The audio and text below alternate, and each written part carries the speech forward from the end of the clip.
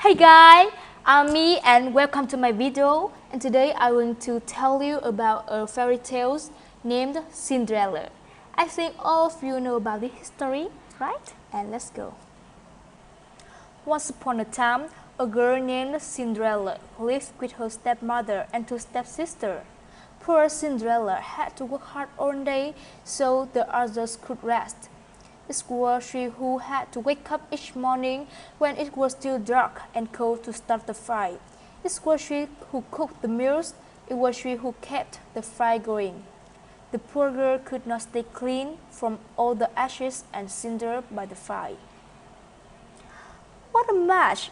Her two stepsisters laughed, and that is why they called her Cinderella.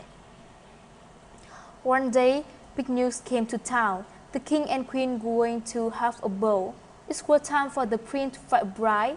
All of the young ladies in the land were invited to come. They were wild with joy. They would wear their most beautiful gown and fix their hair extra nice. Maybe the prince would like them. At Cinderella's house, she now had extra work to do. She had to make two brand new gowns for her stepsister. Faster, shouted one stepsister. You call that a dress? Screamed the other. Oh dear, said Cinderella. What can I? The stepmother marched into the room. When can I what? Well, said the girls, when will I have time to make my own dress for the ball? You, jeered the stepmother. Who said you were going to the ball? What a laugh, said one stepsister. Sudden mash, they pointed at Cinderella. All of them laughed. Cinderella said to herself, when they look at me, maybe they feel a mess, but I'm not that way, and if I could, I would go to the ball. Soon the time came for the stepmother and stepsister leave for the big party. Their 5 carriages come to the door.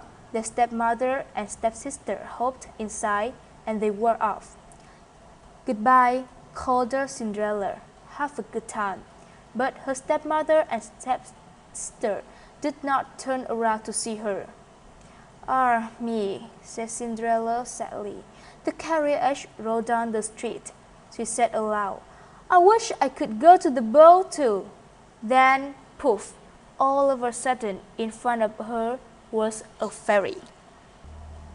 You called? Said the fairy. Did I? Said Cinderella. Who are you? Why, your fairy godmother, of course. I know your wish, and have come to grant it. But, said Cinderella, my wish is impossible. Excuse me, said the fairy godmother in a huff. Did I not just sew up out of thin air? Yes, you did, said Cinderella. Then let me be the one to say what is possible or not. Well, I think you know I want to go to the ball too. She looked down her dirty clothes. But look at me.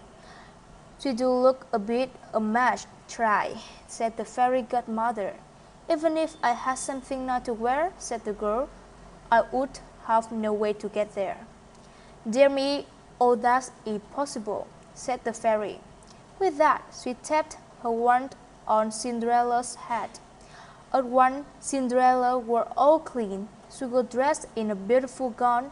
Her hair was set up high on her head inside a golden band. This is wonderful, said Cinderella. Who said I was done? Said the fairy godmother.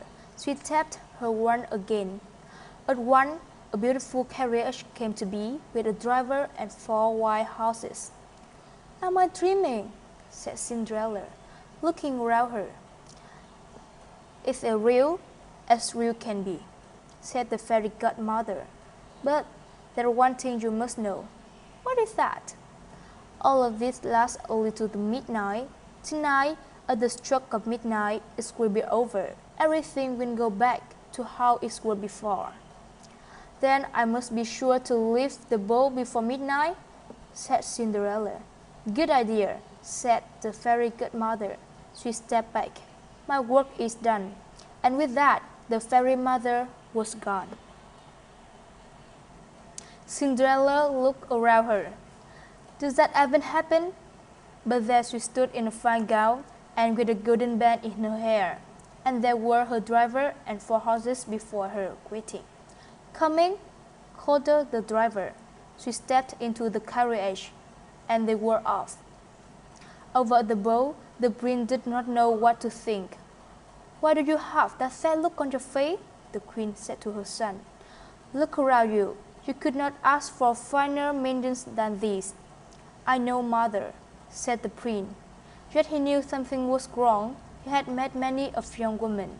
Yet after he said hello, one by one, he could find nothing more to say. "Look," someone pointed to the front door. "Who is that?" All heads turned. Who was that lovely maiden stepping down the stairs? She held her head tall and looked as if she belonged there, but no one knew her. "There is something about her," said the prince to himself.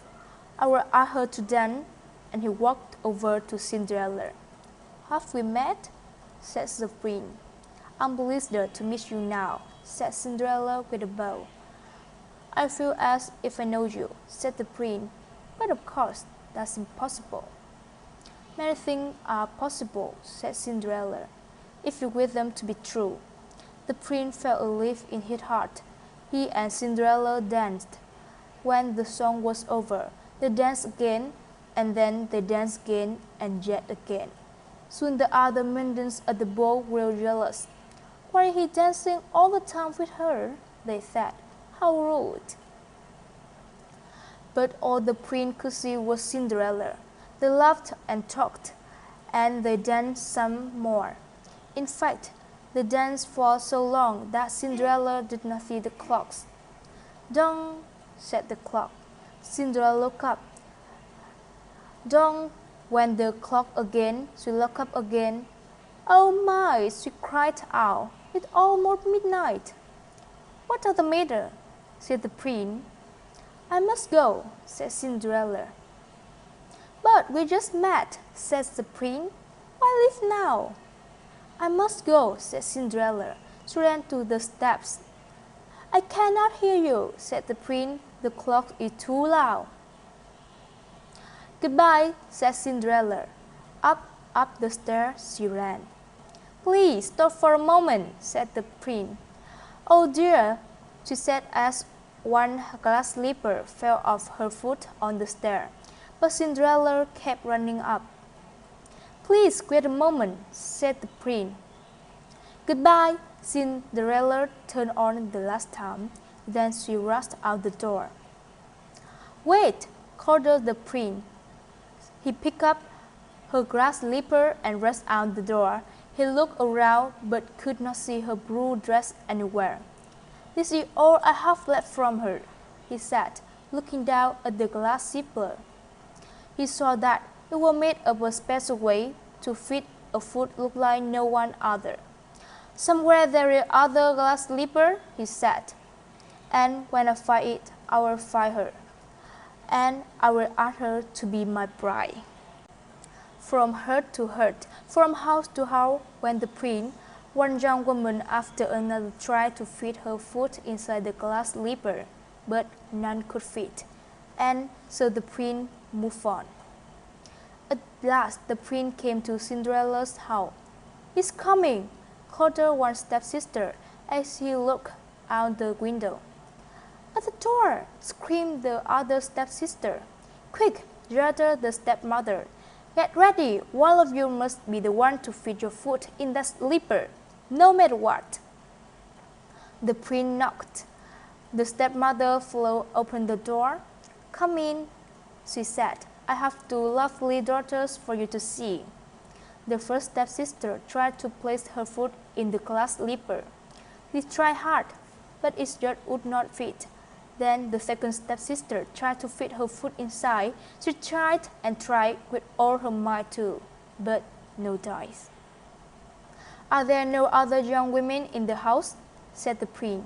"None," said the stepmother. "Then I must go," said the prince. "Maybe there is one more," said Cinderella, stepping into the room. "I thought you said there were no other young women here," said the prince. "None who matter," said the stepmother in a haste. "Come here," said the prince.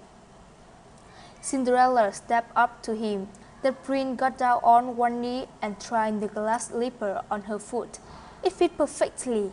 Then, from her pocket, Cinderella took out one thing. It was the other glass slipper. "I knew it," he cried. "You are the one." "What?" shouted a stepsister. "Not her!" screamed the other stepsister. "This cannot be!" yelled the stepmother. But it was too late. The prince knew that Cinderella was the one. He looked into her eyes. He did not see the cinders in her hair or the ashes on her face. "I have found you," he said. "And I have found you," said Cinderella. And so Cinderella and the prince were married, and they lived happily ever after. Do you like this story? Give me some comments and see you in the next story.